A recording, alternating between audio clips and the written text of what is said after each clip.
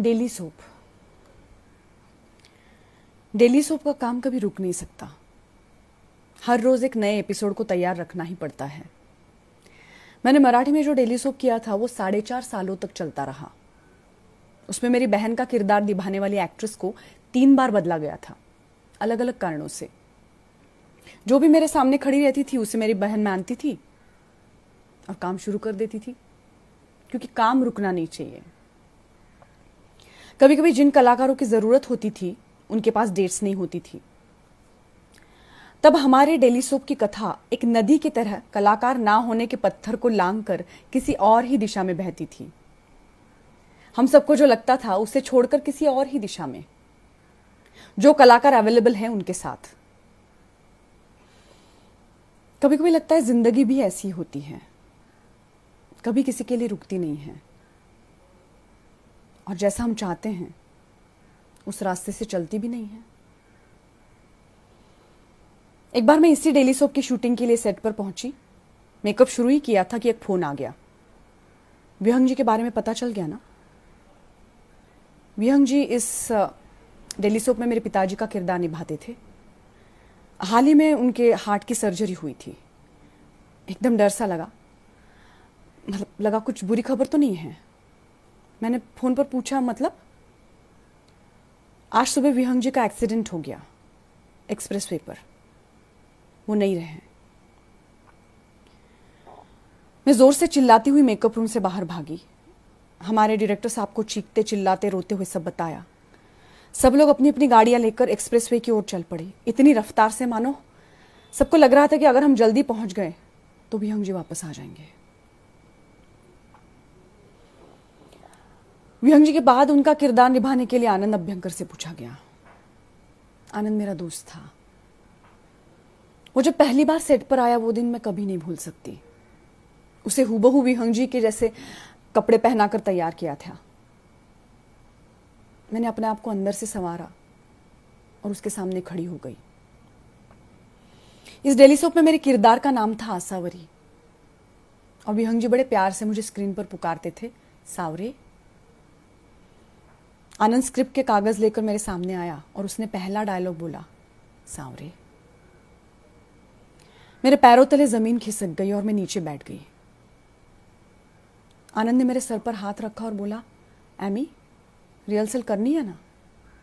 मैंने कहा, yes Andy boy, करेंगे रिहर्सल। जोरबा द ग्रेक इस फिल्म में उसके प्रोटोगोनिस्ट जोरबा की प्रेमिका अंत में मर जाती है। वो बहुत अकेली है। सच कहा जाए तो ये भी नहीं कह सकते कि जोरबा को उससे प्यार है। उनका रिश्ता काफी उलझा हुआ है, पर उसका कोई नहीं है, इसलिए जोरबा उसका साथ देता है। उस हिसाब से वो उसका प्रेमी है और वो उसकी प्रेमिका। वो प्रेमिका बहुत अमीर है, इसलिए गांव के सारे लोग उसके मरने की राह देखते हुए उसके घर के आसपास मंडरा रहे हैं। उसकी आखिरी सांस तक जोरबा उसका हाथ हाथ में लिए उसके पास बैठा रहता है, उसके इर्द गिर्द मंडराते हुए गांव वालों को भगाते हुए। और जिस पल उसकी सांस रुक जाती है उसी पल वो वहां से उठ जाता है। सारे गांव वाले उसके घर में घुसकर उसकी जायदाद लूटने लगते हैं। उसके बिस्तर के पास उसके तोते का एक पिंजड़ा है। उस पिंजड़े को उठाकर जोरबा उन गांव वालों के जंगली शोरगुल से बाहर निकलता है और चल पड़ता है। वो तोता जिंदगी की निशानी है। जोरबा अपनी प्रेमिका के बेजान शरीर के पास रुकने के सिवा उससे जुड़ी हुई एक जिंदगी को साथ लेकर आगे बढ़ता है। मौत को नहीं, जिंदगी को चुनता है। उस दिन आनंद के सावरे कहने से ऐसा ही कुछ हुआ। उसने माथे पर रखा हुआ हाथ और रिहर्सल करनी है ना, ये सवाल मुझे यही सिखा रहा था। जाने वाले का दुख तो रहेगा, पर आगे भी बढ़ना होगा। आनंद बहुत सारी मुश्किल बातें प्यार से समझाया करता था। उसने ऐसा क्यों किया, वो वैसा क्यों करता है, इस तरह के मेरे रूठे हुए सवालों के जवाब वो बहुत शांति से देता था। उन जवाबों से वो कभी सामने वाले को नीचा नहीं दिखाता था, बल्कि समझाता था। वो कभी किसी का मजाक नहीं उड़ाता था। इसका मतलब ये नहीं था कि वो भोला भाला था, सब समझता था, पर उसे सुकून से भरी हुई सयानी जिंदगी पसंद थी। उसका चेहरा हमेशा हंसता हुआ बार बार आंखों के सामने आता है। कभी कभी जिंदगी में कुछ ऐसी घटनाएं घटती हैं जिनके सामने डेली सोप भी फीका पड़ जाए। जिस एक्सप्रेसवे पर विहंग जी गुजर गए, उसी पर आनंद का गुजर जाना, यह भयानक संयोग अगर किसी डेली सोप में दिखाया गया तो झूठ लगेगा। विहंग जी की तरह आनंद ने भी निकलते हुए पूरी सावधानी बरती थी।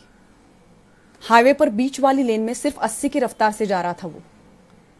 रास्ते की दूसरी तरफ से आने वाला टेम्पो बीच वाले डिवाइडर को लांघ कर आनंद की गाड़ी से टकराया। आनंद के साथ हमारा और एक दोस्त अक्षय भी गाड़ी में था। दोनों गुजर गए अक्षय के एक छोटे से बच्चे के साथ। हर किसी को एक ना एक दिन ये दुनिया छोड़कर जाना है, मालूम है, लेकिन इस तरह से गुजर जाए कोई तो उसका सामना कोई कैसे करे।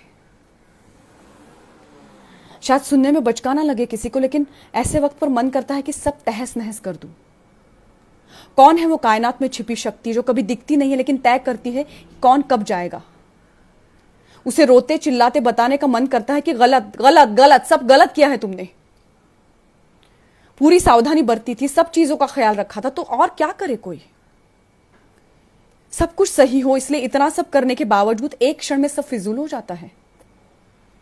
कितने मंसूबे बनाते हैं हम लोग, ये करेंगे वो करेंगे, कर्जा लेते हैं, बुढ़ापे के लिए पैसे बचाते हैं, उसके लिए अभी से मन और शरीर को थपकाते हैं, एक एक पैसा बचाते रहते हैं। वो सब इस तरह से एक क्षण में तबाह हो सकता है। भूस्खलन हो सकता है, गाड़ियां धीरे से चलाइए। इस सूचना का क्या मतलब क्या है? अगर गाड़ियां धीरे से चलाई तो वो जमीन का टुकड़ा जो पहाड़ पर से फिसल रहा है उससे हम बच सकते हैं। बचपन में लगता था कितना भी बड़ा संकट हो पिताजी जरूर बचाएंगे, वो सब कुछ कर सकते हैं, हमें चिंता करने की कोई जरूरत ही नहीं है। एक बार मैं, मेरी माँ, पिताजी और मेरा भाई जय सुबह जल्दी रिक्शा से स्टेशन पर जाने के लिए निकले थे। हम वाई जाने वाले थे हमारी बुआ से मिलने। सुबह जल्दी की बस का रिजर्वेशन था। बुआ से मिलकर आगे हम महाबलेश्वर जाने वाले थे। बड़ा मजा आने वाला ऐसा लग ही रहा था कि घर के बाद वाले पहले ही मोड़ पर रास्ते पर बिछी हुई रेत पर रिक्शा फिसल गई, पूरी उल्टी पुल्टी हो गई। एक क्षण तो कुछ समझ में नहीं आया। मैं और पिताजी जिस ओर बैठे थे उसके दूसरी ओर रिक्शा पलटी हुई थी, इसलिए हम दोनों रिक्शा से बाहर थे। रिक्शा जिस ओर पलटी थी उस ओर मेरी माँ और मेरा भाई था। वो दोनों रिक्शा के नीचे दब गए थे। नीचे वो किस अवस्था में है कुछ दिख नहीं रहा था। उस वक्त मेरे पिताजी का जो चेहरा मैंने देखा वो मैं कभी भूल नहीं सकती। उस आदमी ने अकेले जी जान से जोर लगाकर वो रिक्शा उठाई। माँ और भाई को ज्यादा लगा नहीं था, हम बच गए। तब से लगता था बस अब कभी भी कहीं भी कुछ उल्टा पुल्टा हो गया तो पिताजी सुपरमैन जैसे आएंगे और मुझे बचाएंगे। पर जैसे बड़ी होती गई वैसे पता चला मेरे पिताजी सुपरमैन नहीं है, एक इंसान है। कोई और ही है उनसे बड़ा, सबसे बड़ा, जो सब संभालता है पूरी दुनिया को। या फिर कोई नहीं है। अपने अपने रास्ते से अपने अपने हिसाब से चीजें घटती जाती हैं। कोई तो शक्ति है, ये शायद एक कल्पना तो नहीं है जो हमने खुद को समझाने के लिए निर्माण की है। जो है सो है। हर एक घटना को हम तर्क के धागे में गूंथने की कोशिश करते हैं, लेकिन कुछ घटनाओं को नहीं गूंथ सकते। वो तर्क की माला से छूटकर अकेली खड़ी रहती है और हमारी तरफ देखती रहती है, ताकती रहती है। ये ऐसा है इसलिए वो वैसा है, इस तरह से हम सब घटनाओं का वर्णन नहीं कर सकते। ये माला से छूटी हुई अकेली घटनाएं बिना बताए हम पर हमला करती हैं और हमें सयाना बनाती हैं। ठीक ही है, अगर ऐसा है तो ऐसा है। तुम्हें सब चीजें पहले आगाह करके अच्छे से समझा दूंगी, ऐसा कोई वादा जिंदगी ने किसी से किया है ऐसा मैंने तो नहीं सुना। फिर झगड़ा क्यों और शिकायत भी किस बात की? जो है सो है।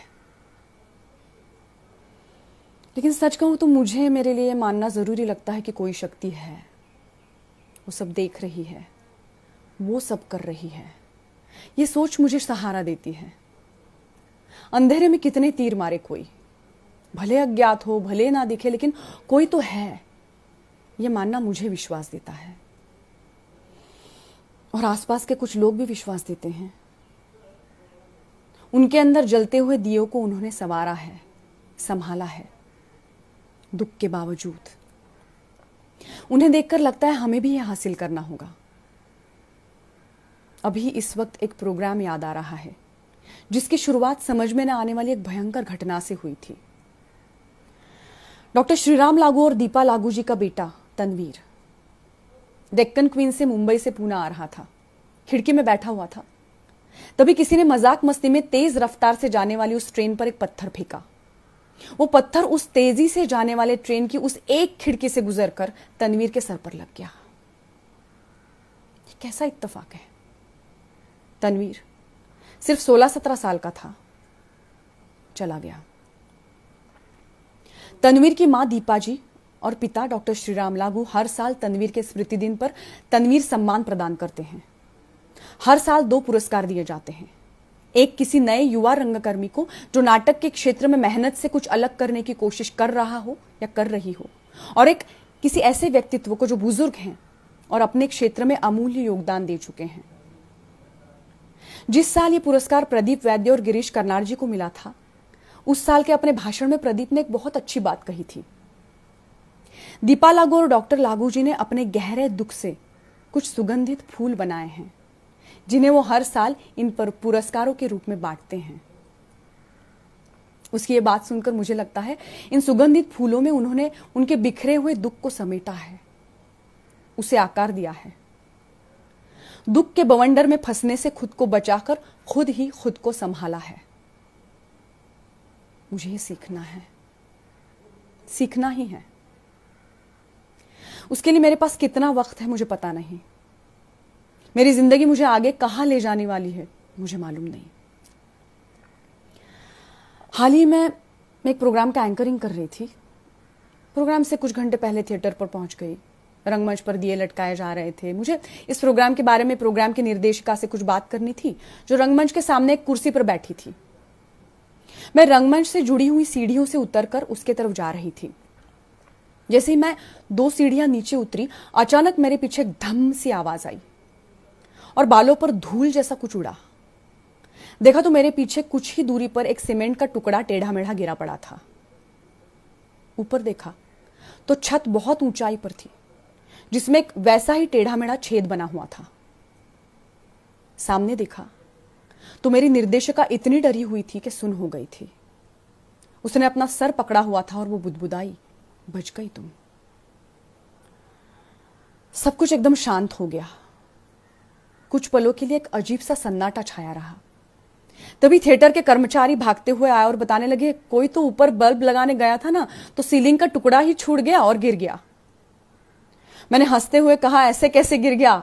आप चाहते क्या है? एक अभिनेत्री को रंगमंच पर ही?